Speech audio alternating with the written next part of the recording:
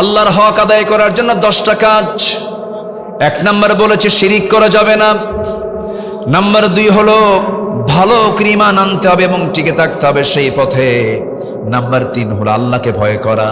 Number 4 হলো আল্লাহর বিচারে ফয়সালা মেনে নেওয়া, আল্লাহ যা বলেছেন সেই জায়গায় কোনো প্রকার অভিযোগ না তোলা, আপত্তি না তোলা। নাম্বার 5 হলো সালাত কায়েম করা, যাকাত আদায় করা। নাম্বার 6 হলো হজ করা।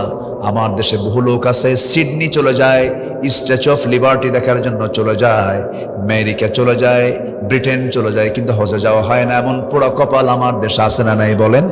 আছে। সোনার দাম হলো 2.5 লক্ষ টাকা ভরি, কিন্তু আমার নবীর সোনার মদিনায় যেতে সময় মাত্র টাকা লাগে 1,40,000 50,000। খুব একটা কঠিন কিছু নয়। ওই যে কবিদের কবিতাটা এক সময় ছিল, মনে বড় আশা ছিল যাব মদিনায়, এরকম করে তারা কবিতাগুলো বলতেন। আজকে এটা বাস্তবতায় আমরা তা পাই না। এখান থেকে ঢাকা যেতে সময় লাগে 10 ঘন্টা 12 ঘন্টা মাঝে মাঝে, কিন্তু মক্কায় যাওয়ার জন্য ঢাকা থেকে মাঝে মাঝে সময় লেগে যায় মাত্র 5 ঘন্টা। খুব অল্প সময় আপনি যেতে পারবেন। হজের নিয়ত করে ফেলেন। 1 বছর আমের ব্যবসা করে 10 লক্ষ টাকা কামাই করলেন, মনে মনে ভাববেন যে টাকাটা পাবো, আল্লাহ তোমার ঘরটা দেখে আসবো। আল্লাহ বলছেন ওমান দাখালাহু কানা আমিনা, যে বান্দা আমার ঘরে ঢুকবে, আমার হারামের মধ্যে ঢুকবে, আমি তাকে নিরাপত্তা দিয়ে দেবো। জোরে কোন সুবহানাল্লাহ। আরাফার ময়দানে যদি কোনো বান্দার হজ কবুল হয়ে যায়, নবজাতক শিশু মার পেট থেকে যেমন গুনাহ মুক্ত হয়ে দুনিয়াতে আসে, যার হজটা কবুল হয় আল্লাহ রাব্বুল আলামিন তাকে শিশুর মতো গুনাহহীন করে আল্লাহ পাক তাকে প্রস্তুত করে নেন। আর যে বান্দার উপর হজ ফরজ হয়েছে কিন্তু হজ না করে মারা গেল, সেজন্য বেদিন হয়ে মারা গেল। কি হয়ে মারা গেল? বেদিন হয়ে মারা গেল। হজের মাসে একটু আপনাদেরকে এই বিষয়ে কিছু কথা বললাম। নাম্বার 7 হলো সিয়াম পালন করা। সাওমুলি ওয়া নাজসি বিহি, এটা আল্লাহর হক। হজ আল্লাহর হক। ওয়ালিল্লাহি আলান নাসি হজ্জুল বাইতি মান ইসতাতা ইলাইহি সাবিলা। রোজা রাখবো আমরা। নাম্বার 8 হলো তওবা করব। তওবা করলে পরে সবচেয়ে বেশি খুশি হন তিনি কে আমার বলেন? আল্লাহ তাআলা। গুনাহ করেছেন গোপনে গোপনে, আল্লাহর কাছে মাফ চাইবো আমরা গোপনে গোপনে।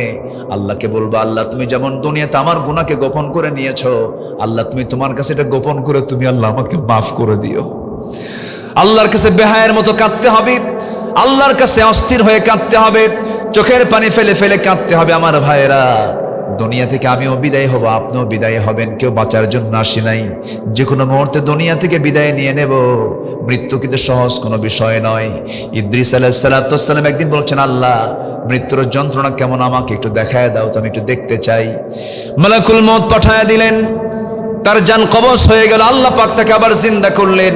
এবার বলা হলো ইদ্রিস কষ্ট কেমন হয়েছে? তিনি বলছেন আল্লাহ আমার কাছে মনে হলো আমার যখন জান কবজ হচ্ছিল, একটা জীবিত মানুষের মাথার চামড়া টেনে টেনে পা পর্যন্ত নিয়ে আসলে যত বড় না কষ্ট হয়, তার চাইতে বেশি কষ্ট আমার অনুভূত হচ্ছিল। সঙ্গে সঙ্গে আল্লাহ বলছেন ইদ্রিস রে, মালাকুল মউত তোমার যখন জানটা কবজ করেছে অত্যন্ত আদর করে যত্ন করে জানটা কবজ করেছে। আদর যত্নের জান কবজের তীব্রতা কষ্ট যদি এমনটা হতে হয়, এমনটা কষ্ট হয়, সবার সামনে মৃত্যুর মুখোমুখি আসে না নাই বলেন? আচ্ছা সবাই আমরা মৃত্যুর মুখোমুখি দাঁড়াবো একদিন। দুনিয়া থেকে বিদায় নিয়ে নেব। দাদা চলে গেছে, দাদি চলে গেছে, নানা চলে গেছে, নানি চলে গেছে। কত স্মৃতি দাদার সঙ্গে একসঙ্গে থেকেছি। দাদার মুখের চিবানো পান মুখের মধ্যে থেকে বের করে আমাকে দিয়েছেন। কত সুন্দর সময়গুলো পার করেছি।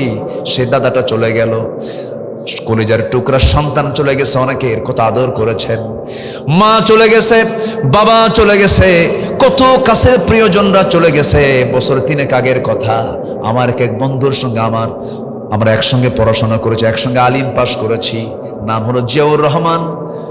একসঙ্গে একই ক্লাসে পড়েছি, কত আনন্দ উল্লাস করেছি, কত আড্ডা মেরেছে। সে আর্মিতে চাকরি পেল, আর্মিতে চাকরি করলো, আর্মির বড় কর্মকর্তা ছিল। মাঝে মাঝে কথা হতো, সুন্দর তেলাওয়াত সে করতে পারে, সুন্দর কণ্ঠ ছিল তার, সন্তানাদিও আছে, পরিবার পরিজনও আছে। হঠাৎ করে একদিন মনে হলো কতদিন বন্ধুর সঙ্গে কথা হয় না, ফোন দিলাম। ফোন ওই দিক থেকে ফোনটা যে রিসিভ করলো, মহিলার কণ্ঠ আসলো। আমি সালাম দিয়ে শুরু করলাম, বললাম মনে হয় আপনি ভাবি হবেন। আমার ভাই, আমার বন্ধু জিয়াটা কোথায়? সঙ্গে সঙ্গে বল জিয়া তো নাই। আচ্ছা আসলে পরে আমাকে একটু ফোনটা ধরতে বলবেন, আমাকে ফোনটা দিতে। আমি অমক বলছি। ওপার থেকে একটু কাদা কাদা কণ্ঠে বলছে ভাই রে, আপনার ভাই তো এমন জায়গায় গেছে যে দেশ থেকে মানুষ আর কোনোদিন ফিরে আসে না, দুনিয়া থেকে বিদায় নিয়েছে।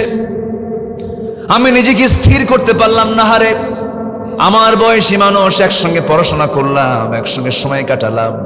একটা মানুষের জীবন পরিবর্তনের জন্য বেশি কিছু লাগে না। একটা মানুষের বাস্তব কোনো বইয়ের পড়া, বইয়ের শিক্ষা দিয়ে মানুষ কখনো শুধু ভালো হবে না।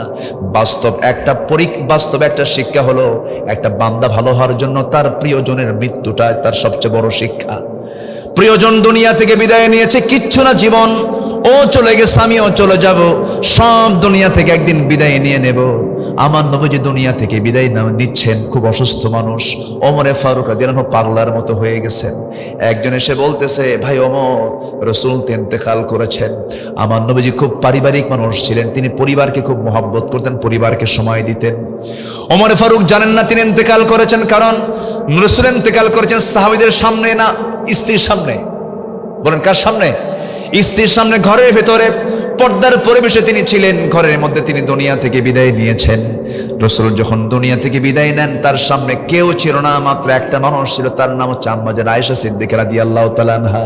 তিনি যখন দুনিয়া থেকে বিদায় নেন, তিনি পরিবারকে খুব মহব্বত করতেন। কলিজার টুকরা ফাতিমাকে ডাক দিয়ে বলছেন, আয়েশা ফাতিমাকে ডাক দাও। তো ফাতিমাকে ডেকে আনা হলো। বলছেন, ফাতিমা রে, তুই দুনিয়াতে থাকবে, আমি দুনিয়া থেকে বিদায় নিচ্ছি, কিন্তু আমি তোকে না দেখলে থাকতে পারি না। আমার নবীজি মেয়েদেরকে খুব পছন্দ করতেন, মহব্বত করতেন। রাসূল বলেন, যার ঘরে 3টা মেয়ে আছে তার জন্য 3টা পৃথক জান্নাত। আমি 4টা মেয়ের বাবা। রাসূল মেয়েদেরকে খুব প্রাধান্য দিতেন, বলতেন, ও মেয়ের বাবারা, বাজার করতে গেলে পরে মেয়ের জন্য আগে বাজার করবা, ছেলের জন্য পরে বাজার করবা, মেয়েদেরকে দাম দিবা। আমি মেয়েদের বাবা, মেয়েদেরকে সম্মান করি। আমার রাসূল মেয়েদেরকে খুব মহব্বত করতেন, খুব আদর করতেন। ফাতিমা রাদিয়াল্লাহু আনহাকে বিয়ে দিলেন। বিয়ে দেওয়ার পর থেকে নিয়ে আমার নবীজি তার মৃত্যুর দিন পর্যন্ত 3টা দিন পার হতে দেন না। 3টা দিন চলে গেলে রাসূল অস্থির হয়ে যেতেন, আমার মেয়েটাকে দেখি না, ফাতিমাকে দেখি না, ছটফট করতেন। নবীজি এতটাই পারিবারিক ছিলেন, পরিবারকে খুব মহব্বত করতেন, সন্তানদের সময় দিতেন, বউদেরকে সময় দিতেন। আমার নবীজির 4টা স্ত্রী একদিন একসঙ্গে নবীর সামনে দাঁড়িয়ে বলছেন, হুজুর আপনি কাকে সবচেয়ে বেশি ভালোবাসেন? রাসূল বলছেন, কেন, কি হয়েছে হুজুর? আমাদের 4 জনের মধ্যে গন্ডগোল হয়েছে, আপনি আমাকে ভালোবাসেন, আপনি আমাকে ভালোবাসেন, সবাই বলে আমাকে বেশি ভালোবাসে। আপনার মুখ থেকে শুনতে চাই আপনি কাকে ভালোবাসেন। বলুন তো, এই প্রশ্নটা সহজ না কঠিন? কঠিন প্রশ্ন, বললেই তো ক্যাসার লেগে যাবে, সমস্যা হয়ে যাবে। রাসূল বলছেন, একটু হিকমত খাটানো দরকার, তোমরা চলে যাও। তাদেরকে পাঠায় দেন আর বললেন, আগামীকালকে বলে দেব তোমাদেরকে আমি কাকে সবচেয়ে বেশি ভালোবাসি। ব্রেন খাটায় করলেন কি, সন্ধ্যা হতে হতেই, অন্ধকার হতে হতেই তিনি 8টা খেজুর হাতের মধ্যে নিলেন, 2টা করে প্যাকেট করলেন। 2টা খেজুর নিয়ে প্রথমে আম্মা জান আয়েশার ঘরে গিয়ে বলছেন, আয়েশা রে, আমি তোমাকে দারুণ ভালোবাসি, 2টা খেজুর দিয়ে গেলাম, কিন্তু তোমাকে যে এত ভালোবাসি 2টা খেজুর দিয়ে গেছি, এই কথা যেন অন্য কোনো স্ত্রীর কানে না যায়। দ্বিতীয় স্ত্রীর ঘরে একই কথা বললেন, তৃতীয় স্ত্রীর ঘরে একই কথা বললেন, চতুর্থ স্ত্রীর ঘরে গিয়ে একই কথা বলে 2টা করে খেজুর দিয়ে আসলেন, একই কথা বলে চলে আসলেন। পরের দিন সকালবেলা বুক ভরা আশা নিয়ে 4 জন চলে গেছে। হুজুর আপনি বলেছেন আজকে জানাবেন কাকে বেশি ভালোবাসেন। রাসূল একটু মুস্কি হাসি মেরে বলছেন, ও আমার স্ত্রীরা, গত রাত্রিতে আমি লুকায় লুকায় যার ঘরে 2টা খেজুর দিয়ে আসছি, আমি তাকেই বেশি ভালোবাসি। যা সুবহানাল্লাহ বলবেন না? আমার নবীজির বিজ্ঞতা, আমার নবীজির কি সুন্দর সিস্টেম পদ্ধতি। রাসূল সবাইকে ম্যানেজ করেছেন।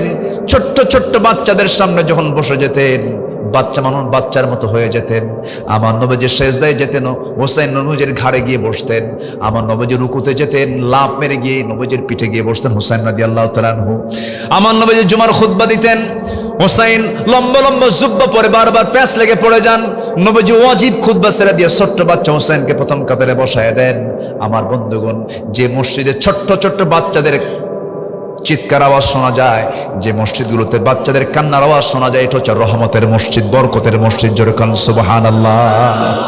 বাচ্চাগুলো যা আছে সব নিয়ে যাবেন মসজিদে, ছেলে হোক মেয়ে হোক, 4 বছর 5 বছর 6 বছর 7 বছর 8 বছর 9 বছর, সবগুলো বাচ্চা গ্রামের কোথাও থাকবে না, সব চলে যাবে কোথায়? মসজিদ। তারা হাঁটবে, তারা হাসবে, তারা কাঁদবে, তারা ঠেলাঠেলি করবে, তারা ঘুতাঘুতি করবে, কোনো ডিস্টার্ব করা যাবে না। নিজের চোখে দেখে আসলাম কাতারের সেন্ট্রাল মসজিদ, দোহার মধ্যে সবচেয়ে শ্রেষ্ঠ মসজিদ, কাতারের সেন্ট্রাল মসজিদে দেখে আসলাম।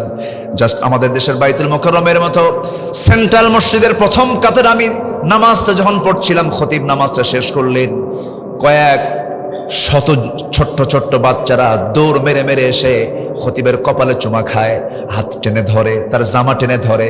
খতিবের সবাইকে সুন্দর করে আদর করছেন, স্নেহ করছেন। কিন্তু আমার দেশের মসজিদগুলো কিছু বুড়াদের দখলে, কিছু বুড়া মানুষ, এত বুড়া মানুষ চোখগুলো এত বড় বড় বানায়, বাচ্চাদের দেখলে পরে ওই বাচ্চাগুলো মনে মনে দোয়া করে, বুড়া তুই মরবি কোন দিন। এই আছে না নাই? এগুলো করা যাবে না, মসজিদকে আমার আবাদ বানায় ফেলবো। জোরে বলি ইনশাআল্লাহ। আমার বন্ধুগণ, আম্মা জান আয়েশা সিদ্দিকা রাদিয়াল্লাহু আনহা দুনিয়া থেকে বিদায় নেবেন। আয়েশা সিদ্দিকার ঘরে রাসূল দুনিয়া থেকে বিদায় নেবেন। এবার রাসূল বলছেন, আয়েশা রে, দুনিয়াতে আমার কারোর সঙ্গে কোনো কথা হলো না, তোমার সঙ্গে আমার সর্বশেষ কথা হয়ে দুনিয়া থেকে আমি বিদায় নিচ্ছি। আয়েশা, তোমাকে একটা কথা বলে যাচ্ছি, আমার উম্মতকে একটা মেসেজ জানায় দিবা। আমার উম্মত 1 নম্বর হক, আল্লাহর হক, নামাজ যেন 5 ওয়াক্ত আমার উম্মতরা যেন কখনো না ছেড়ে দেয়। আল্লাহ তুমি সকল মানুষকে নামাজি বানায় দাও। জোরে বলি আমিন। আমার দেশে কত দল তৈরি হলো, কত সরকার গঠন হলো, কত সরকার আসলো গেল, কত দল আমরা চোখের সামনে দেখতে পেলাম। জাহান্নাম থেকে বাঁচার জন্য কারো কোনো টেনশন নাই, ঠিক কিনা বলেন? মদের আইন পাশ হয়, জেনার আইন পাশ হয়, এরপরে সুদের আর কারবার চলে, সব চলে। আজ পর্যন্ত জাহান্নাম থেকে বাঁচার জন্য জাতিকে নামাজের দিকে কেউ ডাকলো না, নামাজের আইন কেউ পাশ করতে পারলো না। আমি অধ্যাপক মুজিবুর রহমান সাহেবকে ধন্যবাদ জানাই। আপনাদের রাজশাহীর কৃতের সন্তান, রাজশাহীর গর্ব, গোদাগাড়ি তানোরের বারবার নির্বাচিত এমপি, ভাইজানের সহযোগী, আপনার সময় তিনি ছিলেন। উনি সেদিন পার্লামেন্টে বুক উঁচু করে বলেছেন, আসুন না আমার দেশকে সুন্দর করার জন্য, মাদক মুক্ত, জেনা মুক্ত, সন্ত্রাস মুক্ত একটা দেশ গঠন করার জন্য সূরা হজের 41 নম্বর আয়াত, নামাজ, যাকাত আমরা সমাজে, রাষ্ট্রে আমরা চালু করি। এটা হোক। সবাইকে চান না আপনারা? সবাইকে চান না? আল্লাহ যেটা চান বান্দা সেটাই চাইতে হবে, ঠিক কিনা বলেন? আল্লাহ কবুল করুন। জোরে বলি আল্লাহুম্মা আমিন। আল্লাহ রাব্বুল আলামিন সূরা হজের ভিতরে বলছেন, আল্লাযীনা ইম্মাক্কান্নাহুম ফিল আরদি আকামুস সালাহ ওয়া আতাউস যাকাহ ওয়া আমারু বিল মা'রুফি ওয়া নাহাউ আনিল মুনকার ওয়ালিল্লাহি আকিবাতুল উমুর। জোরে বলুন আল্লাহু আকবার। দুনিয়ার জীবনে আমি যাদেরকে রাজত্ব দেব, যাদেরকে আমি ক্ষমতা দেব, তারা যদি সেই ক্ষমতা পেয়ে যদি 4টা বিধান যদি সেখানে কার্যকর করে, 1 নম্বর হলো নামাজ যারা কায়েম করবে, যাকাত যারা আদায় করবে, সৎ কাজের যারা আদেশ দেবে, অসৎ কাজের যারা বাধা প্রদান করবে। আল্লাহ তাআলা 4টা দফা কার্যকর করার পরে বলছেন, তারা যদি এগুলো কার্যকর করতে পারে, আমি আল্লাহ ঘোষণা করছি, ওয়া'আদাল্লাহুল্লাযীনা আমানু মিনকুম ওয়া আমিলুস সালিহাতি লা ইস্তাখলিফান্নাহুম ফিল আরদ। এই জমিনে যারা ঈমান আনবে এবং নেক আমল করবে, আমি আল্লাহ নিজে ঘোষণা করছি, আসমান এবং জমিনে রহমতের যত দরজা আছে, সমস্ত দরজা, বরকতের দরজাগুলো আমি আল্লাহ রাব্বুল আলামিন খুলে খুলে দেব। একটু জোরে বলা যাবে না সুবহানাল্লাহ? আর একটু জোরে বলি সুবহানাল্লাহ। সূরা হজের 41 নম্বর আয়াত আল্লাহ তাআলা 4টা বিধান চেয়েছেন জমিনে। কয়টা বিধান বলেন? 4টা বিধান। সৎ কাজের আদেশ দাও, অসৎ কাজের বাধা দাও, নামাজ কায়েম করো, আল্লাহর হক প্রতিষ্ঠা করো, যাকাত প্রতিষ্ঠা করো, বান্দার হক বাস্তবায়ন করো, আমি আল্লাহ রহমত বরকতের দরজা খুলে দেব। আচ্ছা বলেন তো, এটা কি মোল্লার কথা না আল্লাহর কথা? যদি কেউ বলেন যে এই জাতীয় কথা বলা যাবে না, তাহলে আমরা মনে করব তিনি কোরআনকে মহব্বত করেন না। আসতে কন কেন? আপনি কেমনে এটাকে বাদ দিবেন? সম্মানিত ভাইয়েরা, এই জন্য হকটা আমাদের আগে প্রতিষ্ঠার দরকার। ব্যক্তি জীবনে হক আছে, যেরকম চোখের হক হলো ভালো কিছু দেখা, আর চোখের হক নষ্ট তখনই হবে যখন আমি চোখ দিয়ে কি দেখব? খারাপ কিছু দেখব। কানের হক হলো ভালো কিছু শোনা, কিন্তু কান দিয়ে যদি খারাপ কিছু শুনি, কিসের হক নষ্ট হলো? কানের হক নষ্ট হলো। হাতের হক হচ্ছে এই হাত দিয়ে অন্যের বিরুদ্ধে প্রতিবাদী হয়ে দাঁড়ানো। এই হাত অন্যের বিরুদ্ধে অস্ত্র হয়ে দাঁড়াবে, কিন্তু এই হাতটা যদি অন্যের পক্ষে যদি কাজ করে, হাতের হক নষ্ট হল। এই পা দিয়ে ভালো কাজে আমি অংশগ্রহণ করব, কিন্তু পা দিয়ে যদি আমি মন্দ কাজের দিকে অগ্রসর হই, পায়ের হক নষ্ট হয়ে গেল। তখন এগুলো কি করবে দেখেন, এই হক যদি আমি নষ্ট করি, সেদিন কোন দিন? যেদিন কেউ কাউকে চিনবে না, শুধু আমাকে চিনবেন যিনি, তিনি কে?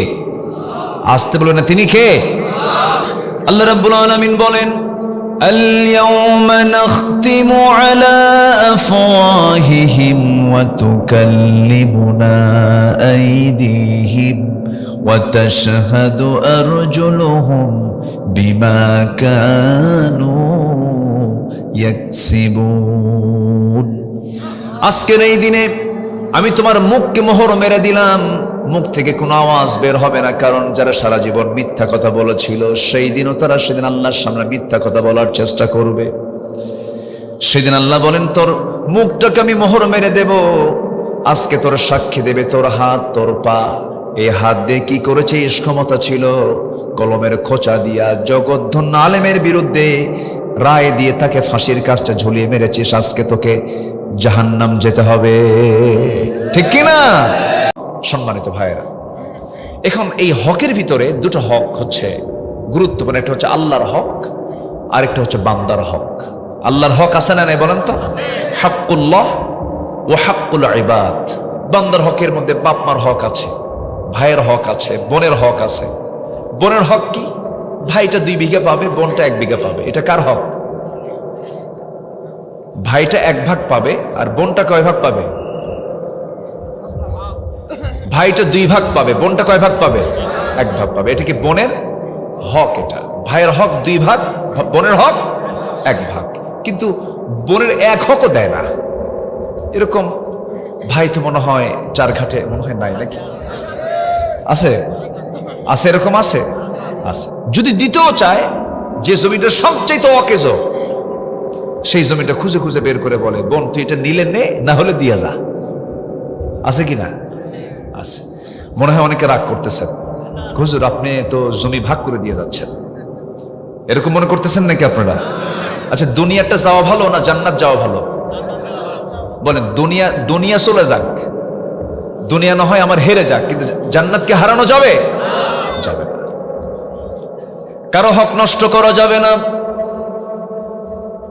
আপনি একজন বান্দাকে অপমান করলেন, বাজে কথা বলে গালি দিলেন, এটা আপনি একটা হক নষ্ট করে ফেলেছেন।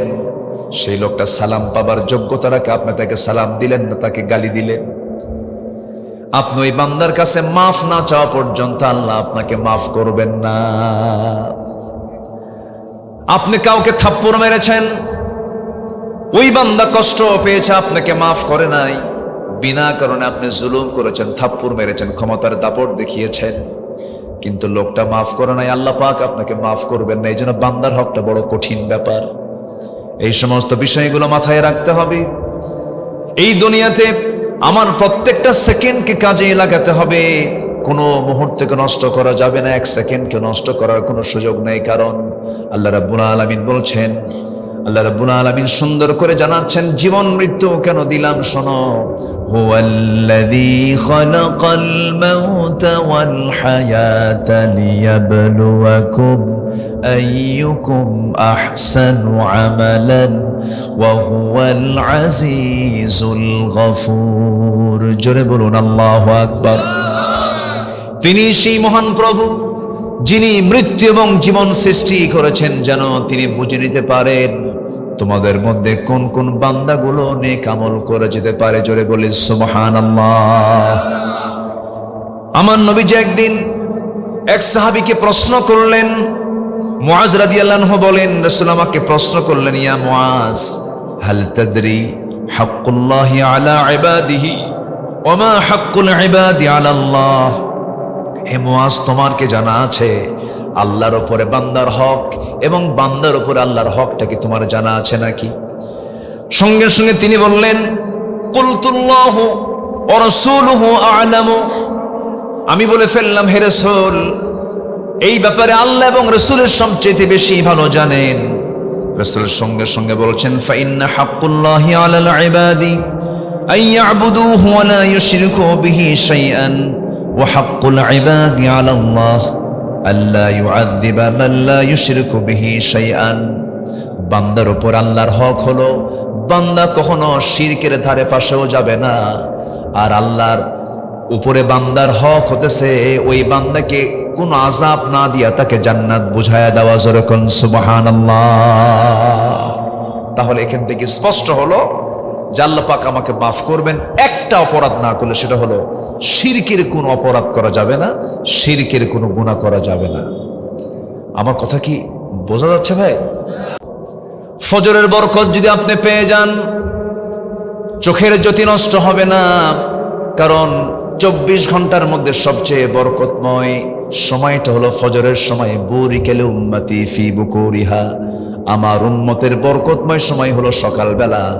ফজরের সময় যখন কোনো বান্দা ওই নির্মল বাতাসকে যখন বুকে নিয়ে, নাকে মুখে চোখে নিয়ে যখন ফজরের মসজিদের দিকে চলে যায়, পায়ে হেঁটে হেঁটে চলে যায়, মহান রব্বুল আলামিন ওই বরকতময় ফজরে আল্লাহ পাক তাকে সুস্থ করে দেয়। আমার বন্ধুগণ, আল্লাহ তাআলা বান্দাকে সুস্থ রাখার জন্য ইবাদতগুলোকে সেরকম সিস্টেম করে দিয়েছেন। বান্দা যদি নামাজ কেন্দ্রিক জীবনটা সাজায় নেয়, সে বান্দা সহজে অসুস্থ হওয়ার কথা নয়। কিন্তু আজকের সমাজে নামাজ আগে না কাজ আগে? বলেন বলেন বলেন, নামাজ আগে না কাজ আগে? কিন্তু আল্লাহ বলছেন বান্দারে না না, নামাজটা আগে, কাজটা পড়ে।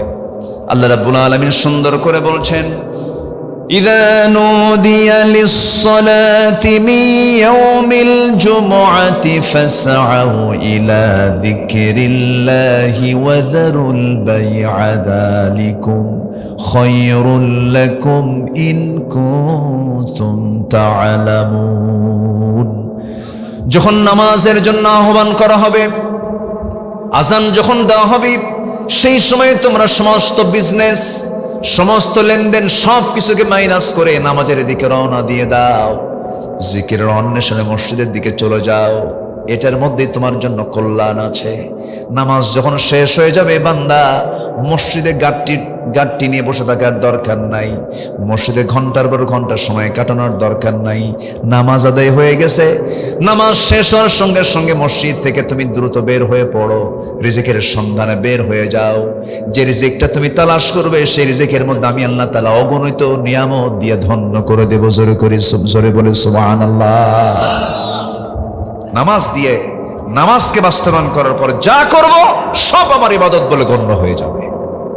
নামাজ আগে।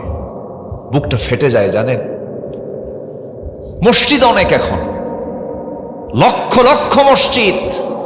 দাদার আমলে দেখেছি, আমার দাদাকে 2-3 গ্রাম মিলে একটা মসজিদে তিনি ইমাম ছিলেন, নামাজ পড়িয়েছেন।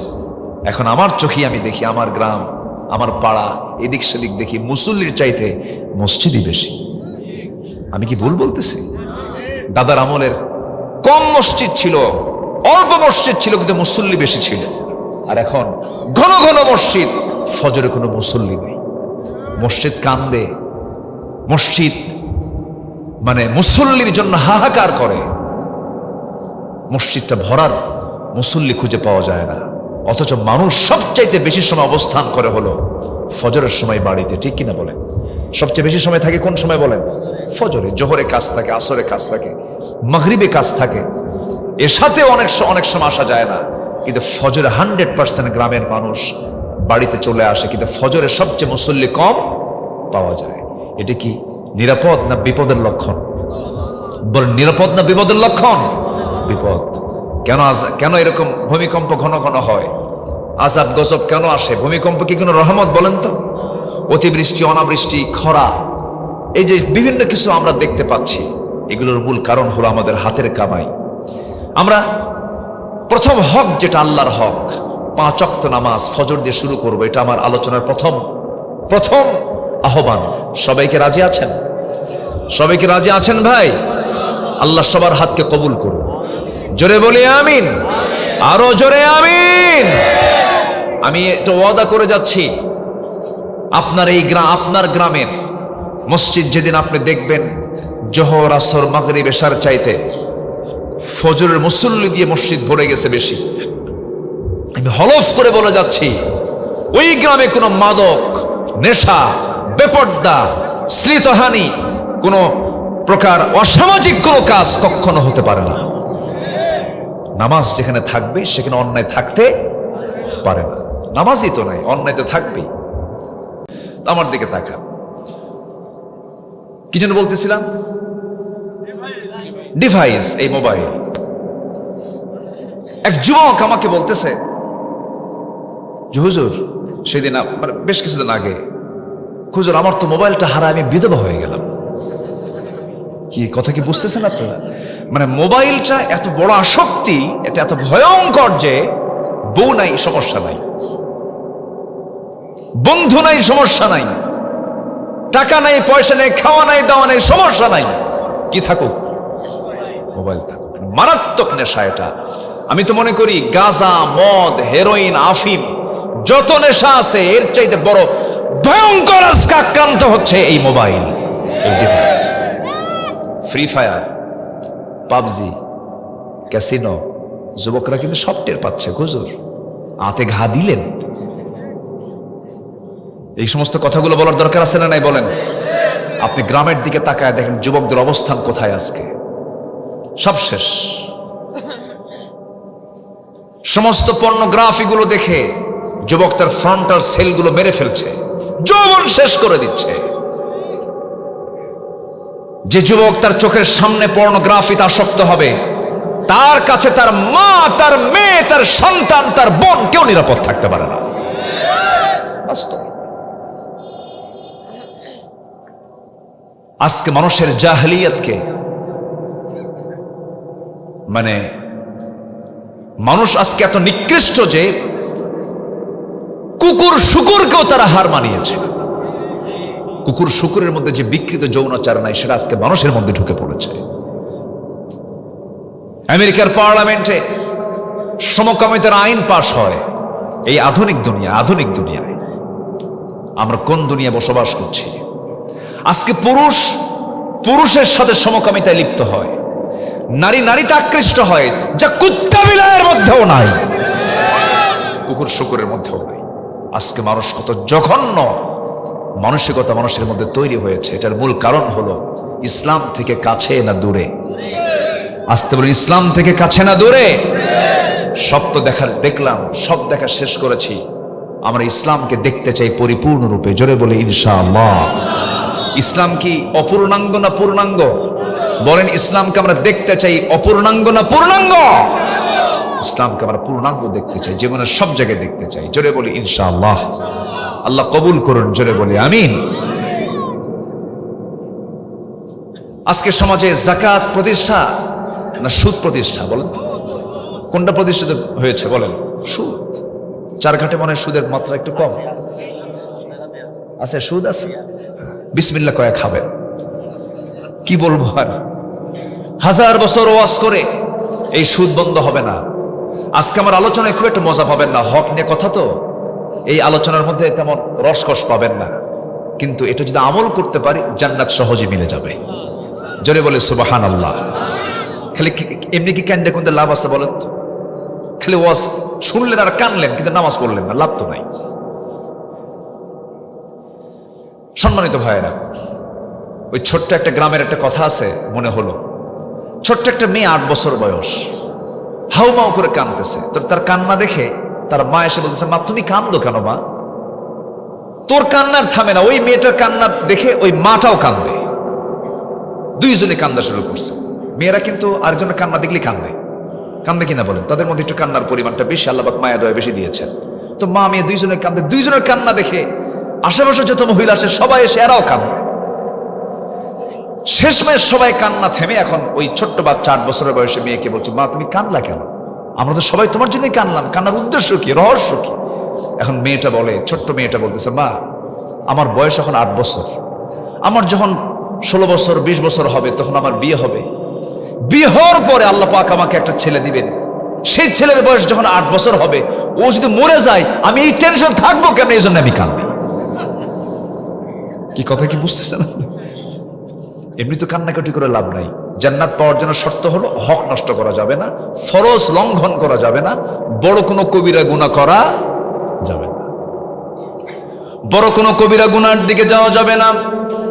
ছোট ছোট গুনাহ আল্লাহ পাক এত বড় দেখবেন কেন? আল্লাহ পাক নিজেই বলছেন, ইন তাজতানিবু কাবাইরা মা তুনহাউনা আনহু নুকাফির আনকুম সাইয়্যাতিকুম ওয়া নুদখিলকুম মুদখালান কারীমা। তুমি যদি বড় বড় গুনাহগুলোকে ছেড়ে দাও, ছোট ছোট গুনার দিকে আমি আল্লাহ নজরে দেব না। এই গুনাহগুলোকে মাফ করে দিয়ে আমি তোমাকে সুন্দর সম্মানজনক জান্নাত আমি তোমাকে দিয়ে দেব। জোরে বলি সুবহানাল্লাহ। তাহলে গুনাহ ছাড়তে হবে। কোন গুনাহ বলেন? বড় গুনাহ, শিরক, হক, বাপ মাকে না দেখা, মিথ্যা সাক্ষী দেওয়া, সতী নারীর উপরে মিথ্যা অপবাদ চাপায় দেওয়া, গীবত করা, জুলুম করা, জেনা করা, হত্যা করা, জাদু করা, সুদ খাওয়া, এগুলো তো মনে হয় আমার দেশে নাই। আছে না? নাই। আচ্ছা, মদের দোকান রাজশাহীতেও আছে। দোকান যেহেতু আছে, কাস্টমার নাই। আসতে কয়, দোকান যেহেতু আছে, দোকানের মালিক নাই, লাইসেন্সও নাই। লাইসেন্সও আছে, উনিও কিন্তু সবে কদরের রাত্রিতে গিয়ে আল্লাহর কাছে যা মাফ চায়, আল্লাহ আমারে মাফ করে দাও, কিন্তু সুদের দোকানদার, মদের দোকানদার। কিসের দোকানদার বলেন তো? তাহলে এখন বলেন তো, দোয়া আগে আল্লাহর কাছে চাওয়া দরকার না আগে বড় গুনাহ ছাড়া দরকার? বলেন তো, বলেন কি ছাড়া দরকার? গুনাহ ছাড়া দরকার। তাহাজ্জুদ আপনার বাদ পড়ে গেছে, সমস্যা তেমন নাই।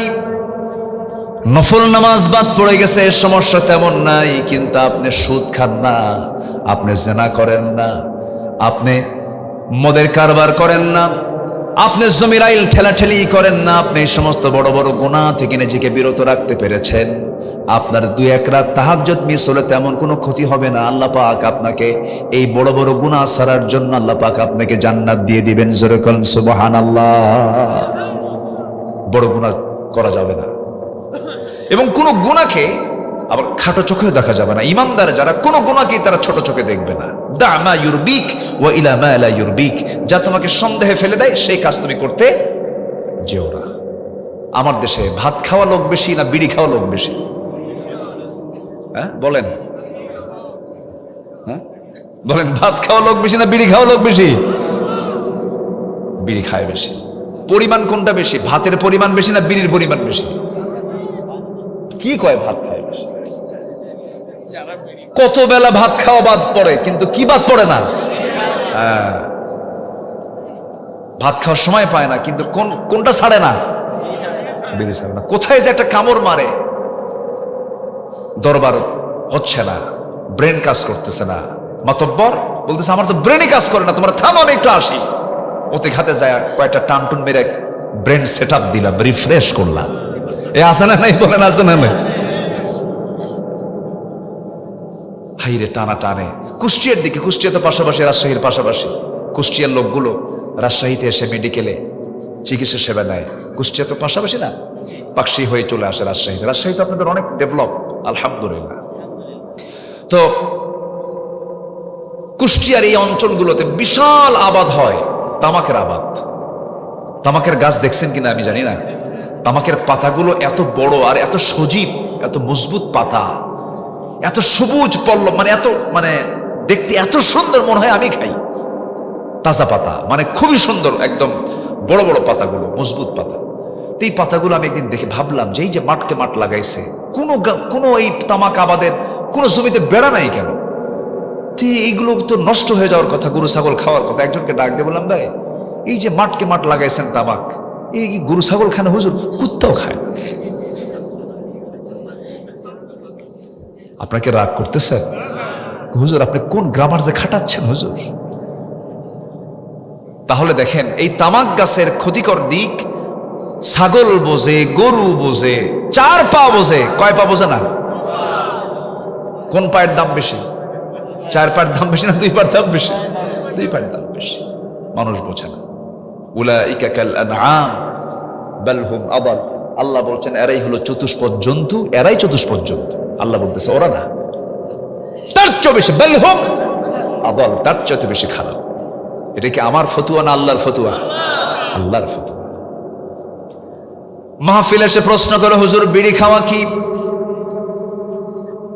মাহফিলের হুজুর তো আপনার জবাব দেবেন না। আপনি রাজশাহী মেডিকেল কলেজের কোন ডাক্তারকে গিয়ে বলেন, লাংসের যারা ট্রিটমেন্ট করেন, এই ফুসফুস নিয়ে যাদের ফাংশন, তাদের কাছে গিয়ে বলবেন, ও ডাক্তার মহাশয় বিড়ি খাওয়া কি? সঙ্গে সঙ্গে তিনি জবাব দিবেন, বিড়ি খাওয়া হলো ক্যান্সারের কারণ, বিড়ি খাওয়া হলো যৌন রোগের কারণ, বিড়ি খেলে পরে হৃদরোগের কারণ হয়ে যায়, হার্ট স্ট্রোক হয়, ক্যান্সার হয়, এরপরে বিভিন্ন জটিল জটিল রোগ আক্রান্ত হয়ে যায়, শ্বাসযন্ত্র তার নষ্ট হয়ে যায়। তাহলে এখন বলুন, যে নেশা পান করলে পরে ক্যান্সার হতে পারে, সেই বিড়ি খাওয়াটা ইমানদারের জন্য জায়েজ না না জায়েজ? ওয়ালা তুলকু বিআইদিকুম ইলা তাহলুকা, নিজকে তুমি ধ্বংসের দিকে ঠেলে দিও না। আল্লাহ পাক আমার আপনার লাঞ্চ দিয়েছেন ফ্রেশ, আর এটাকে আমি বিড়ি খায়া এটাকে আমি পচায়া দিলাম, এটা কি ভালো কাজ হতে পারে? তাহলে আমি এই অঙ্গের হক নষ্ট করলাম কিনা বলেন? আজকে আমার সাবজেক্ট কি বলেন? কি আব্দুল হক? হ্যাঁ, আব্দুল হক না তো, এটা হচ্ছে বান্দার হক, আল্লাহর হক। আসুন ধীরে ধীরে আমরা আল্লাহর হকটা একটু জানলাম, যে আমরা শিরিক করব না। রাজি আছেন তো সবাই? আমরা ইনশাআল্লাহ সবাই রাজি আছেন তো ইনশাআল্লাহ? আর দিন শুরু করবে কোন নামাজ দিয়ে বলেন? বলেন কোন নামাজ দিয়া? ফজর নামাজ দিয়া। আমার বন্ধুগণ, আল্লাহর হক আদায়ের জন্য বান্দার কিছু করণীয় কাজ আছে। মোটামুটি 10টা কাজ যদি কোনো বান্দা করে ফেলে, আল্লাহর হক সে আদায় করে ফেলতে পারবে। এই জন্য আমরা 10টা কাজ আমরা শিখে যাব। এর মধ্যে 1 নম্বর বলে ফেলেছে, আল্লাহ রাব্বুল আলামিন বলেন, ওয়া'বুদুল্লাহা ওয়া লা তুশরিকু বিহি শাইআন। আরেক জায়গায় বলছেন, ইন্নাল্লাহা লা ইয়াগফিরু আন ইউশরাকা বিহি ওয়া ইয়াগফিরু মা দুনা যালিকা লিমান ইয়াশা ওয়া মান ইউশরিক বিল্লাহি ফাকাদ দাল্লা দালালান বাঈদা। সূরা নিসা আয়াত নম্বর 116। আল্লাহ রাব্বুল আলামিন বলেন, বান্দারে তোর গুনাহ আনানাস সামা, আসমান ছেয়ে গেছে, বিকরাবিল আরদিল খাতায়া, গোটা জমিন ছেয়ে গেছে, বিস্তৃত হয়ে গেছে, কোনো প্রবলেম নাই। আল্লাহ তুশরিক বিহি শাইআন, তুই আমার কাছে শিরিক মুক্ত হয়ে আয়। পূজা করবি না, কোনো মাজারে সেজদা দিবি না, কোনো বাবার কাছে যাবি না, কোনো মান্নত, হারাম কোনো মান্নত করবি না।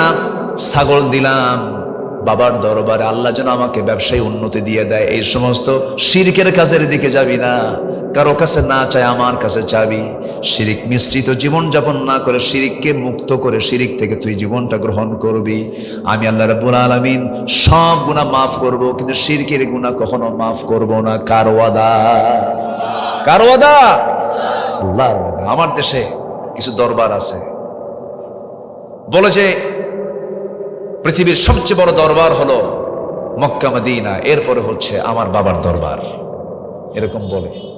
তোমাদের কেবলা হলো পশ্চিম দিকে, আমার কেবলা হলো পীর বাবার কেবলার দিক। এরকম কিছু নোংরা কথা আমাদের দেশের বিভিন্ন সমাজে প্রচলন আছে না নাই বলেন? আমি পীর সাহেবকে আমি অপছন্দ করি না। শাহ মাকদুম শুয়ে আছেন কোথায়? আরে কথা বলো না কেন? কোথায় শুয়ে আছেন? শাহ মাকদুম রাজশাহীতে শুয়ে আছেন রাহিমাহুল্লাহ। খান জাহান আলী শুয়ে আছেন বাগেরহাটে। শাহজালাল ইয়েমেন থেকে এসেছেন। আমি সম্প্রতি কয়েকদিন আগে মিডল ইস্টে ছিলাম, কাতারে গিয়েছিলাম। তো ইয়েমেনে একজন নাগরিক, ইয়েমেনের অধিবাসী একজন মানুষ, যে যুগে বিমান নাই, কিচ্ছু নাই। আমি কাতার থেকে এসেছি কয়েকদিন আগে, শুধু বিমানে 500 কিলোমিটার 600 কিলোমিটার বেগে এই গতিতে একটানা দোহা টু ঢাকা আসতে সময় লেগেছে প্রায় 5 ঘন্টা। আর সে ইয়েমেন থেকে, কোথায় শাহজালাল ইয়েমেনি, ইয়েমেন থেকে রওনা দিয়েছেন। কত নদী, কত সাগর পাড়ি দিতে হয়েছে, যে যুগে কোনো যানবাহন ছিল না। এসেছেন বাংলাদেশে দিনের প্রচার করতে। শাহজালাল রাজা গৌর গোবিন্দকে পরাজিত করেছেন। খাজা মাইনুদ্দিন চিশতি রাহিমাহুল্লাহ তিনি রাজা পৃথ্বীরাজের বিরুদ্ধে মোকাবেলা করে গোটা ভারতবর্ষে কালিমার পতাকা তারা উড্ডীন করেছেন। তারা ছিলেন পীর। আর আমার দেশের কিছু দরবারগুলো আছে হলো গাজার আড্ডাখানা। আছে না নাই? কিসের আড্ডাখানা? গাজার আড্ডাখানা। গাজার ধোঁয়ায় মশা পর্যন্ত বদদোয়া দেয়। এত গাঁজা মানুষ খায়? সে মোষগুলো কি? আমি যখন ইনসাইডে ছিলাম, জেলখানে কিছুদিন ছিলাম, আমি ঢোকার পর এক মুরব্বী, বয়স্ক এক মুরব্বী, এই প্রায় 70-75 বছর বয়স হবে, মাথার চুল দাড়ি সব পাকা, মোষও পাকা। তো মোষও কাটে না, দাড়িও কাটে না, মাথার চুলও কাটে না, বগলের চুলও কাটে না, এরকম একটা পাগলা সাইজের লোককে ধরে নিয়ে গেছে, আর মোষ লাল টকটকা। তো বললাম, চাচা আপনি বুড়ো বয়সে জেলখানায় ঢুকলেন? বাবা, প্রশাসনের মাথা খারাপ হয়ে গেছে। কেন? গাছের বিরুদ্ধে সংগ্রামে শুরু করছে। গাছের বিরুদ্ধে মানে কোন গাছ? কে বেহেশতের গাছ বাবা, কি গাজা শরীফ, যেরকম নাউজুবিল্লাহ, গাজা নাকি বেহেশতের গাছ, মানে গাজা খেলে রাজা হয়ে যায়। বাবা, যারা যুবকরা আছো, নেশা করবে না। আচ্ছা বলেন তো, এই ওয়াজগুলোর কি দরকার আছে ভাই? নেশা করো না, তোমার নেশায় তোমার পরিবার শেষ। তোমার অবৈধ একটা নারীর প্রতি কামনা বাসনা, তোমার জীবন যৌবন, তোমার লক্ষ্য উদ্দেশ্য সব শেষ। বিয়ের আগে কোনো আকাম কুকাম করবা না। যৌবন তোমার সুন্দর রাখবেন কে? আল্লাহ তাআলা। ইউসুফ আলাইহিস সালাতু ওয়াস সালাম কত সুন্দর মানুষ ছিলেন। আল্লাহ পাক সূরা ইউসুফ নাজিল করেছেন যুবকদের চরিত্র ঠিক করার জন্য। জোরে বলেন সুবহানাল্লাহ। ইউসুফ আলাইহিস সালাতু ওয়াস সালামকে যখন তৎকালীন দুনিয়ার সবচেয়ে সুন্দরী নারী জুলাইখা যখন তাকে প্রস্তাব করেছে, ইউসুফ তোমার চক্ষু কত সুন্দর টানা টানা। জুলাইখার এমন প্রস্তাবে, এমন সুন্দর আকর্ষণীয় কথায় সাইয়েদনা ইউসুফ আলাইহিস সালাম গলে যান নাই। তিনি বললেন, জুলাইখা তুমি আমার চোখের প্রশংসা করো, এই চোখ যিনি সুন্দর করে বানিয়েছেন সে আল্লাহর প্রশংসা তুমি করো। জোরে কোন সুবহানাল্লাহ। আর আজকের যুবকদেরকে যদি বলা হয়, কোন মেয়ে যদি বলে তোমার চক্ষু কত সুন্দর টানা টানা, কি 3 রাত তো ঘুমই নাই, কি কথা কি বুঝতেছেন? এই দুনিয়ার নারীতে তুমি আকৃষ্ট হয়ে পড়লাম। বিবাহ বহির্ভূত সম্পর্ক তোমার জন্য কখনো বরকত বয়ে আনবে না। তুমি নিজে অসুস্থ হয়ে যাবে, সমাজ অসুস্থ হয়ে পড়বে। নেশা করবে, তুমি নিজেও শেষ হয়ে যাবা, তোমার পরিবারকে ধ্বংস করে ফেলবা। তুমি নেশার দিকে যাবা না, কোন নেশাতে আক্রান্ত হবে না। এই সমস্ত অপকর্মগুলো ছেড়ে দাও। সুন্দর করে যখন ফজর নামাজ, যখন আজানটা হয়ে যাবে, নামাজের দিকে শামিল হয়ে যাও। আমি আল্লাহর কসম করে বলছি, যদি কোনো বান্দার একটাবার নামাজের সেজদায় যদি তৃপ্তি আসে, পৃথিবীর কোনো কাজে এমন তৃপ্তি বান্দা কোথাও খুঁজে পাবে না। ফজরের 2 রাকাত সুন্নতের দাম কত? আমার রাসূল বলেছেন, রাকাতাই সালাতুল ফজর খায়রুম মিনাদ দুনিয়া ওয়া মা ফিহা। ফজরের 2 রাকাত সুন্নতের দাম হলো এই দুনিয়া এবং দুনিয়ার মাঝে যত সম্পদ আছে, যত কিছু আছে, এর চাইতে আমার আল্লাহর কাছে ফজরের 2 রাকাত সুন্নতের দাম বেশি। জোরে কোন সুবহানাল্লাহ। কি নামাজ? সুন্নত নামাজ, ফরজ তো বাদই দিলাম। ফজরের 2 রাকাত সুন্নতের দাম হলো গোটা দুনিয়ার চাইতে বেশি। আমরা সামান্য দুনিয়ার কিছু টাকা পয়সা, কিছু সম্পদ আহরণের জন্য কি না কি পরিশ্রম করি, মাথার ঘাম পায়ে ফেলতেছি, তাও চেষ্টা করেও পাই না। খুব বুদ্ধি দেখবেন গ্রামের মধ্যে কিছু লোক আছে, দারুণ বুদ্ধি, ভাত পায় না। এই আছে না নাই বলেন তো, আছে না নাই? এত বুদ্ধি খাটায়, কাম হয় না। ভাইরে, সুন্দর করে ফজরের 2 রাকাত সুন্নতটা পড়বেন, আর মনে মনে ভাববেন যে আমি আল্লাহর কাছ থেকে দুনিয়ার সকল কিছুর চাইতে বেশি সম্পদ আল্লাহ পাক আমাকে জান্নাতের মধ্যে দেওয়ার জন্য রেডি করে দিয়েছে। নামাজ পড়তে সবাই রাজি আছেন তো ইনশাআল্লাহ? আল্লাহ কবুল করেন, জোরে বলি আমিন। শয়তান আসে হলো শেষ রাতে। কোন রাতে? এবং আল্লাহ প্রথম আকাশে আসেন কোন রাতে? শেষ রাতে। আল্লাহ রাব্বুল আলামিন নিজে ফিস সামাঈদ দুনিয়া, দুনিয়ার আকাশে আসেন এবং বলেন, আলা মিন মুস্তাগফিরিন ফাগফির লাহ। কোন ক্ষমা প্রার্থী আছে আমার কাছে ক্ষমা চাবে, আমি তাকে ক্ষমা করে দেব। ওই সময় শয়তান করে কি, ফজরের ঠিক আগ দিয়া ওই সমস্ত বান্দার কাছে আস্তে করে চলে আসে, শিওরে বসে। শয়তান ওয়াজ করে, শয়তান বলে, আলাইকা লাইলুন তাবিল, আলাইকা লাইলুন তাবিল, তোমার রাত বড় লম্বা, ঘুমাও ঘুমাও। ওই সময় রাসূল বলেন, যদি কোনো বান্দা যদি ওই সময় 3টা কাজ যদি করতে পারে, শয়তান সেই সময় 3টা গিট মেরে চলে যায়, 3টা গিরা দিয়ে চলে যায়, 3টা গিট্টো মেরে চলে যায়। রাসূল বলছেন, ওই 3টা গিট যদি কোনো বান্দা যদি ছোটাতে চায়, 3টা কাজ তার জন্য করা জরুরি। নাম্বার 1 রাসূল পরামর্শ দিচ্ছেন, 1 নাম্বার হলো আজান শোনার সঙ্গে সঙ্গে সুন্দর করে বিছনা থেকে নিজের পিঠটা সরাইয়া নেবে। 1 নাম্বার গিট ছুটে চলে যাবে, সুন্দর করে পবিত্র সুন্দর করে ওযু বানায় নেবে, 2 নাম্বার গিটটা চলে যাবে। এরপর আস্তে আস্তে হেঁটে হেঁটে মসজিদের দিকে রওনা দিয়া ফজরের 2 রাকাত নামাজ শেষ করে ফেলবে। আমার রাসূল বলেন এই 3টা কাজ করার সঙ্গে সঙ্গে শয়তানের বেঁধে দেওয়া 3টা গিট ছুটে যায় এবং একটা টোটাল দিন শয়তান তার কাছে আসার সাহস পায় না। জোরে বলি সুবহানাল্লাহ। নামাজকে আমরা কন্টিনিউ করব। আমরা এত নিরাপদে আছি বাংলাদেশে, আলহামদুলিল্লাহ বলেন। পশ্চিমবঙ্গের মানুষগুলোকে দেখেন, নিজের চোখে দেখলাম, আমি নিজেও ফোন দিয়েছিলাম। মসজিদে তারা কি করেছে এমন রেকর্ড হয়েছে, 100 বছরের ঐতিহ্যের মসজিদ ভেঙ্গে ফেলে দিয়ে সেখানে পূজা করতেছে, আমি দেখলাম। অথচ শত শত বছর এই ভারত উপমহাদেশ শাসন করেছে মুসলমানরা, ঠিক কিনা বলেন? হিন্দু ভাইরা কি বিপদে না নিরাপদে? আমার দেশে বলুন তো আমার দেশের যে সংখ্যালঘু হিন্দুগুলো আছে, আমরা তাদেরকে শত্রু ভাবি না ভাই ভাবি? বলেন বলেন বলেন। আমার দেশের সাবেক প্রধান বিচারপতি একজন হিন্দু ছিলেন, এসকে সিনহা, সুরেন্দ্র কুমার সিনহা, একটা সবচেয়ে বড় সম্মানজনক পদ। ওই অনেক ডিসিএসপি, বড় বড় কর্মকর্তা আমাদের বিভিন্ন জায়গায় হিন্দু ভাইয়েরা আছেন। ব্যবসার দিক থেকে হিন্দু ভাইয়েরা আমার দেশে পিছিয়ে নাই, এগিয়ে আছেন। আমরা যদি একটু লাল রক্ত চক্ষু যদি আগাতাম, কেউ কি পারত? কিন্তু না, আমরা তাদেরকে অত্যন্ত জামাই আদরে রাখি। এক কথা কি ঠিক কিনা বলেন? আমরা মন্দির পাহারা দিতে শিখেছি, আমরা মন্দির পাহারা দিতে পারি, কিন্তু ওরা মসজিদ পাহারা তো দূরের কথা, বাবরি মসজিদ ভেঙ্গে চুরমার করে দিয়েছে। যারা আল্লাহর ঘরকে ভেঙ্গেছে তারও একদিন ভেঙ্গে চুরে টুকরা টুকরা হয়ে যাবে। জোরে বলি ইনশাআল্লাহ। তারাও টুকরা টুকরা হবে।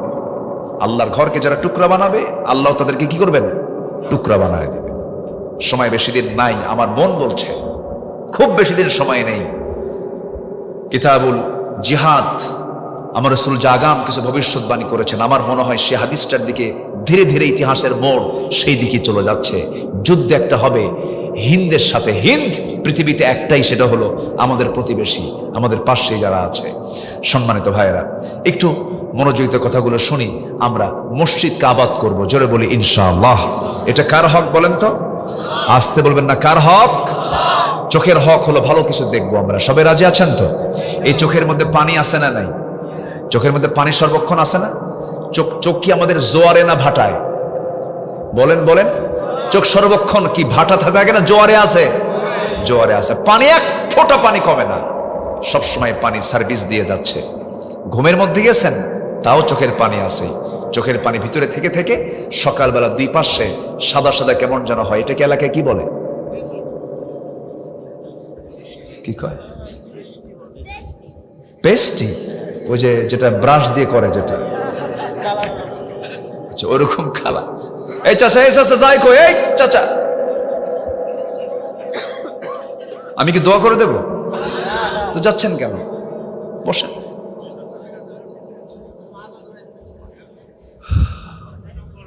আপনারা কেন যে দেরি করেন? আমাকে যদি আগে ভাগে উঠায় দিতেন খুব ভালো হতো। 10টায় উঠলে ভালো হতো খুব। দোয়া করে দেবো কি? ওই যে চলে যাচ্ছে যদি একজন করে। চাপ 1 নাম্বার 2 নাম্বার। হ্যাঁ জি, বসে। সম্মানিত ভাইয়েরা, মাসের নামটা কি বলেন তো? বলেন কি মাসের নাম বলেন? হজ। আমি প্রথম আয়াত শুরু করেছি কোন সূরা থেকে? বলেন বলেন, কোন সূরা থেকে? হজ। হজের মাসে আরো কিছু ইবাদত আছে। এই মাসে কি খাওয়া বেশি হয়? কেউ কিছু কয় না। গোশত খাওয়া বেশি হয়। দেখলাম কলকাতার কিছু হিন্দু মা বোনেরা কান্নাকাটি করছে। তারা গরু পেলেছেন বছর খানেক ধরে, বিভিন্ন ঋণ টিন করে তারা গরু পেলেছেন। কি করবেন? কোরবানির আগে তারা গরুটা বিক্রি করে দিবেন। কিন্তু কোরবানি করা নিষেধ। কোরবানির পশু আর বিক্রি হচ্ছে না। সম্মানিত ভাইয়েরা, পৃথিবীর যত প্রাণী আছে সব আল্লাহ পাক মানুষের খেদমতের জন্য সৃষ্টি করেছেন। যেরকম সুবহানাল্লাহ। ছাগল শুধু ঘাস খাবে, ও তৃণভোজী।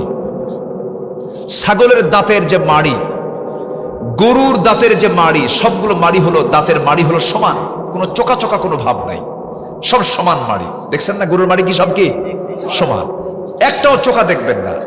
কিন্তু আপনি সিংহের দিকে তাকান, বাঘের দিকে তাকান, ওদের দাঁতের মাড়িগুলো কি সব চোকা চোকা। ওর দাঁত প্রমাণ করে কোনো ঘাস খাওয়া নাই।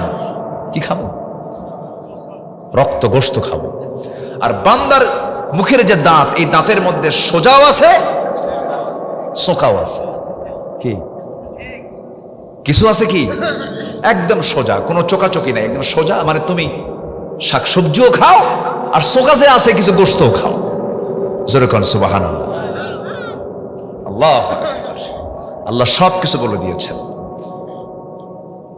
আমার বন্ধুগণ, যারা বলে আমরা নিরামিষ ভোজি, ভালো কথা, নিরামিষ ভোজি আপনি হলেন, বাংলাদেশের নাগরিক, আপনি নিরামিষ ভোজি মানুষ, সমস্যা নাই। কিন্তু সাহারা মরুভূমিগুলো আছে না নাই বলেন?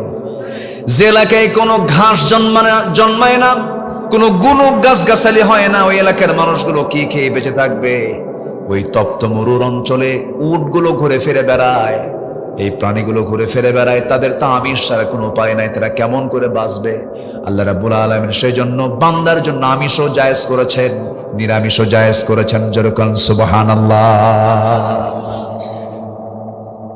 গরুর হালাল প্রাণী, গরুর চর্বিতে, উটের চর্বিগুলোতে আল্লাহ রাব্বুল আলামিন ক্যান্সারের প্রতিষেধক রেখেছেন। ক্যান্সারকে নিরাময়ের জন্য এই সমস্ত চর্বিগুলো দরকার। ডাক্তার হাজারবার বলুক কিছু কিছু খাবেন। ইসলামের থিওরি হলো, রাসূল সুন্দর সায়েন্টিফিক ব্যাখ্যা দিয়েছেন। রাসূল বলেছেন, তোমরা পেটটাকে 3 ভাগ করো, 1 ভাগ খাবার, 1 ভাগ পানি, 1 ভাগ খালি। সবই খাও কিন্তু অল্প অল্প করে খাও, অপচয় করো না, নষ্ট করো না। যেরকম সুবহানাল্লাহ। ডাক্তার বলে দেয় মধু খাবেন না, আপনার ডায়াবেটিস। কিন্তু ডায়াবেটিসের রোগী করে কি দিনে 5 বার চা খায়, 5 কাপ বা 5 চামচ চিনি দিয়া, কি 5 চামচ চিনি দিয়া উনি চা খান, কিন্তু ডাক্তার বলে দিচ্ছে কি মধু খাবেন না। কিন্তু মধু এমন একটা, আল্লাহ রাব্বুল আলামিন এমন একটা নিয়ামত আল্লাহ পাক বান্দার জন্য দিয়েছেন। আল্লাহ পাক সুন্দর করে বলেছেন, বান্দারে এই দুনিয়াতে যত রোগ আছে, একমাত্র মৃত্যু নামক রোগ ছাড়া সমস্ত রোগের ঔষধ রেখে দিয়েছি এই মধুর ভিতরে। যেরকম সুবহানাল্লাহ। মাত্র 1 পাউন্ড মধু, মাত্র 1 পাউন্ড মধু বানাতে 20 লক্ষ মৌমাছিকে, 20 লক্ষ মৌমাছিকে, কত 20 লক্ষ মৌমাছিকে কোটি কোটি মাইল অতিক্রম করে এই মধুগুলো সংগ্রহ করতে হয়। ফুলে পড়ে ফলে পড়ে এই সমস্ত মৌমাছির যদি লেবার পেমেন্ট যদি দেওয়া লাগতো, 1 পাউন্ড মধুর দাম হতো কোটি কোটি টাকা। আল্লাহ পাক বান্দার জন্য হাতের নাগালের সাধ্যের ভিতরে করে দিয়েছেন। সুবহানাল্লাহ বলা যাবে না? সেই সুন্দরবনের মধু গিয়েছিলাম 3 দিন আগে। সাতক্ষীরার শ্যামনগর মাহফিল ছিল। মাহফিল কমিটিকে বললাম, ভাই আমারে ভাত দেন বা না দেন, মধু দিয়ে। কি কথা কি বুঝলেন? কিন্তু বললাম, ভাই মধু যিনি দিবেন শর্ত হলো একটু খাঁটি মধু দিয়েন। বলুন তো, মধু সমস্যা না মানুষ সমস্যা? কি সমস্যা? মধু মানে কি জানেন? মধু কিনতে নিলে মনে হয় খাঁটি। তো কি আমি কি ভুল বলতেছি বলেন তো? চিন্তা করা যে এত বড় একটা নিয়ামতের আল্লাহ পাক খাবার দিয়েছেন, যা সব রোগের ঔষধ। আর সেই মধুর ভিতরে যারা ওই কি বলে রাজশাহীর মিষ্টির শিরা যারা ঢুকায় দেয়, ওদের শুধু একবার ভাসি না, ডাবল ডাবল ভাসি হওয়া দরকার ছিল। আল্লাহ পাক ওয়াহা ইলা নাহলি আন ইত্তাখিযি মিনাল জিবালি বুয়ুতা। আল্লাহ পাক মৌমাছিকে ওহী করলেন, তুমি তোমার বাসা বানাও গাছের ডালে, বড় বড় ইমারতের নিচতলায় নিচের দিকে সুন্দর করে বাসা বানাও, বিভিন্ন জায়গা থেকে মধুগুলো সংগ্রহ করো, সেই মধুগুলো নিয়ে এসে এখানে ঢোকাও। তার সিস্টেমটা কি? এর বিভিন্ন ডিপার্টমেন্ট, ওর মধ্যে রানী মৌমাছি থাকে, কর্মী মৌমাছি মধুগুলো সংগ্রহ করে, আর পুলিশ মৌমাছি দরজায় দাঁড়ায় থাকে। কোন মৌমাছি মধু আনতে নিয়ে পায়ের সাথে ময়লা নিয়ে আসলো, কামড় মেরে মেরে ফেলে, মধু নষ্ট করা যাবে না। কেউ তো সুবহানাল্লাহ বলতেছেন না? এত বড় আল্লাহ পাক কি দায়িত্ব এই মধুর ডিপার্টমেন্ট আল্লাহ পাক মানুষকে দেন নাই, কারণ আল্লাহ জানেন যে মানুষ কোন জাত। কি কথা বলেন? মধুর দায়িত্ব কাকে দেওয়া হয়েছে? মৌমাছিকে। 100% তারা কাজ করে, কি সুন্দর করে তারা মানুষের জন্য বানায় ফেলে। ফার্মাসিউটিক্যাল আনলিমিটেড, লিমিটেড না। কত মধু আল্লাহ পাক দিয়েছেন। প্রত্যেক দিন হাতের তালুতে একটু মধু নিবেন, কালো জিরা নিবেন, আজোয়া খেজুর খাবেন। মৃত্যু রোগ ছাড়া কোনো ঔষধ, কোন রোগ আপনার কাছে সহজে জায়গা পাবেন। আল্লাহু আকবার বলেন। শিখিয়েছেন মুহাম্মদ সাল্লাল্লাহু আলাইহি ওয়াসাল্লাম। সম্মানিত ভাইরা, সম্মানিত বন্ধুগণ, তাহলে মধু ভেজাল না মানুষ ভেজাল? বলেন কে ভেজাল? বলেন মানুষ ভেজাল। আমার বন্ধুগণ, হারাম কোনো কাজে যাওয়া যাবে না, হারাম কোনো উপার্জন করা যাবে না, চোখ দিয়ে হারাম কিছু দেখা যাবে না, কান দিয়ে হারাম কিছু শোনা যাবে না। চোখের মধ্যে আল্লাহ রাব্বুল আলামিন যে পানি রেখে দিয়েছেন, সেই পানিটা এই মিনারেল ওয়াটারের মতো পানি নয়, মিঠা পানি নয়। চোখের পানিকে আল্লাহ রাব্বুল আলামিন বানায়া দিয়েছেন হলো লবণ পানি। আর সে লবণ পানি রাতের বেলা ঘুমানোর পর সকালবেলা হয়ে যায় হলো কি পেশুক নাকি চোখের কি পেস্টি, আবার কয় পেস্টি। আচ্ছা যাই হোক, যেটাই হোক, একটা হবে তো চোখের ময়লা সাদা অংশ। এটা কি নাপাক? এটা কি নাপাক? না, আল্লাহি এটা নাপাক নয়। আপনার কাছে এটা ঘৃণা হতে পারে, কিন্তু এটা আল্লাহ পাক আপনার জন্য চোখের মলম বানায় দিয়েছেন। চোখের কি বানায় দিয়েছেন? মলম, স্থায়ী মলম, ন্যাচারাল মলম, যেন আপনারা চোখে কোনো জীবন অ্যাটাক না করতে পারে। চোখের পানিকে লবণ করেছেন 24 ঘন্টায়। চোখের ডাক্তাররা বলতেছে প্রত্যেক বান্দার চোখ থেকে 24 মিলিলিটার পানি চোখ থেকে বান্দার প্রত্যেক 24 ঘন্টায় বান্দার চোখ থেকে ঝরে, পানি ঝরে। যদি বেশি পানি ঝরে তখন দেখবেন কিছু কিছু লোক আছে চোখ দিয়ে পানি গড়ে গড়ে পড়ে, তার মেশিন প্রবলেম হয়ে গেছে। বেশি পড়লেও সমস্যা, আবার না আসলেও সমস্যা। চোখের কর্নিয়া নষ্ট হয়ে যাবে, চোখ অন্ধত্বের দিকে চলে যাবে। তাহলে চোখের পানি হলো লবণ। কানের মধ্যে যে ময়লাগুলো আছে, কানের ময়লাকে আল্লাহ রাব্বুল আলামিন এই এলাকায় কানের ময়লাকে কি বলে? গরু খায় কানের ময়লা। এই যে কত ভাষা না, ভাষার তো কোনো শেষ নাই। বলি আলহামদুলিল্লাহ, অনেক সুন্দর ভাষা আপনারা কথা বলেন। চারঘাট, এটা চারঘাট। চারঘাটের সাথে মনে হয় রাজশাহী শহরের ভাষার মিল নাই। কোথায় যাচ্ছ গো? ভাত খেয়েছো? এরকম টান কি আছে নাকি? এদিকে আছে, কিছু আছে। আলহামদুলিল্লাহ। মামুর বেটা বল, কত যে মজা ভাষার মধ্যে। কে দিয়েছেন? কে দিয়েছেন এই মজা? বলেন কে দিয়েছেন? আল্লাহ দিয়েছেন। আলহামদুলিল্লাহ। রাজশাহীর আম কি যে আল্লাহ পাক নিয়ামত দিয়েছেন। গোটা পৃথিবী জানে রাজশাহীর আম। বলেন আলহামদুলিল্লাহ। গোটা দুনিয়া জানে, গোটা দুনিয়া। এই দেশ থেকে আম বাহিরে যায়, আলহামদুলিল্লাহ বলবেন না? অনেক বড় নিয়ামত। গাছে ঝুলতেছে আম, কিছু দিয়ে দিয়ে না আমারে। আচ্ছা, আম পাকে নাই এখনো? না, এদিকে এখন আম হয় নাই। আল্লাহ তুমি সমস্ত প্রাকৃতিক দুর্যোগ থেকে আম ব্যবসায়ীদের তুমি হেফাজত করো। জোরে বলি আল্লাহুম্মা আমিন। এই আমের মধ্যে নিয়ামত আছে, কিন্তু আমের মধ্যে যারা ফরমালিন দেয় তাদের কি করবেন? বলেন, বলেন কি করবেন? সমস্যা। মায়ের হবে না? শুধু মায়ের না, আল্লাহর নিয়ামতের সাথে যারা ভেজালি করে তাদের ফাঁসি হওয়া দরকার। বড় অপরাধ এটা। অধিকাংশ ম্যাক্সিমাম ক্যান্সার আক্রান্ত হচ্ছে শুধু খাদ্যের ভেজালের কারণে। শক্ত আইন হলে পরে সব বন্ধ হয়ে যেত। সম্মানিত ভাইয়েরা, আমরা সবকিছুর হক আদায় করব। কানের ময়লাকে ইয়ারক্স, কানের ময়লা, এটা আল্লাহ পাক তিতা করে দিয়েছেন। কি করে দিয়েছেন? তিতা। খাইতো নাই, বুঝবো কেমনে? এটা মেডিকেল সায়েন্স বলছে কানের ময়লা হলো তিতা, চোখের পানি হলো লবণ, আর মুখের চতুর্দিকে জিহ্বার চতুর্পাশে লালা হচ্ছে স্বাদহীন, কোনো স্বাদ নাই। দেখেন, 3 অঙ্গের 3টা রকম।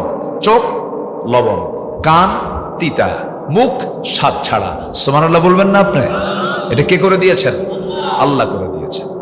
আল্লাহ বলছেন, বান্দারে মুখের লালা যদি আমি তিতা করে দিতাম, কোনো খাবার ভাল লাগতো না।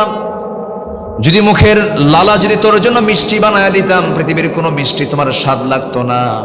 আমি মুখের মধ্যে এমন লালা দিয়েছি যে লালার মধ্যে কোনো স্বাদ নাই। যা তোর জিহ্বায় চলে আসে সঙ্গে সঙ্গে বলে ফেলি সেটা গরু গোশত, এটা খাসির গোশত, এটা মুরগির গোশত, এটা ন্যাংরাম, এটা গোপালভোগ, এটা রাজভোগ, এটা খিরসাপাতি, এটা হাড়ি ভাঙ্গা, এটা কি হিমসাগর, কত জামের স্বাদ, এই যে 200 প্রকার 250 প্রকার জামগুলো আছে আপনাদের, এত প্রকার স্বাদগুলো, এত ক্লাস, সমস্ত ক্লাসিফিকেশন করে দিয়েছে যে যন্ত্র, সেই যন্ত্রের নাম হলো জিহবা। সুবহানাল্লাহ বলা যাবে না?